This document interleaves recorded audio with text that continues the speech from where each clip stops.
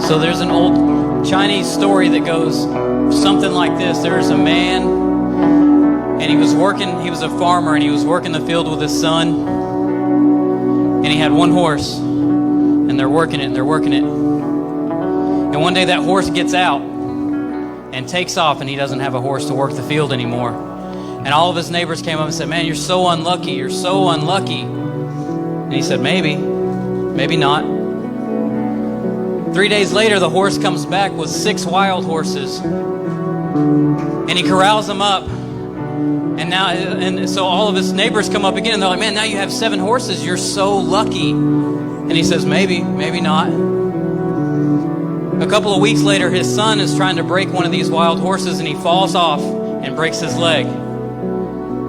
So now he's got to work the fields by himself. His neighbors all come up and said, "Man, you're so unlucky." He says, maybe not.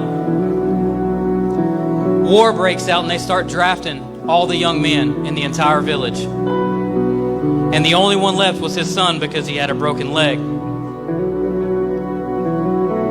And everybody said, "Oh, you're so lucky, you're so lucky." And he said, maybe not.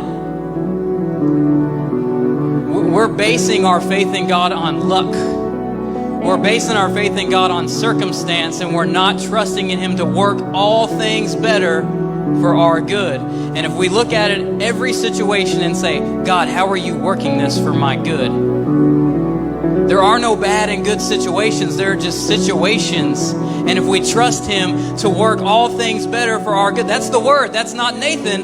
That's Holy Scripture says He works all things better for our good. So get good news and bad news out of your head. There is no good news. There is no bad news. There's just news. And when you're in the mindset that He is working it better for your good, it's going to change your life.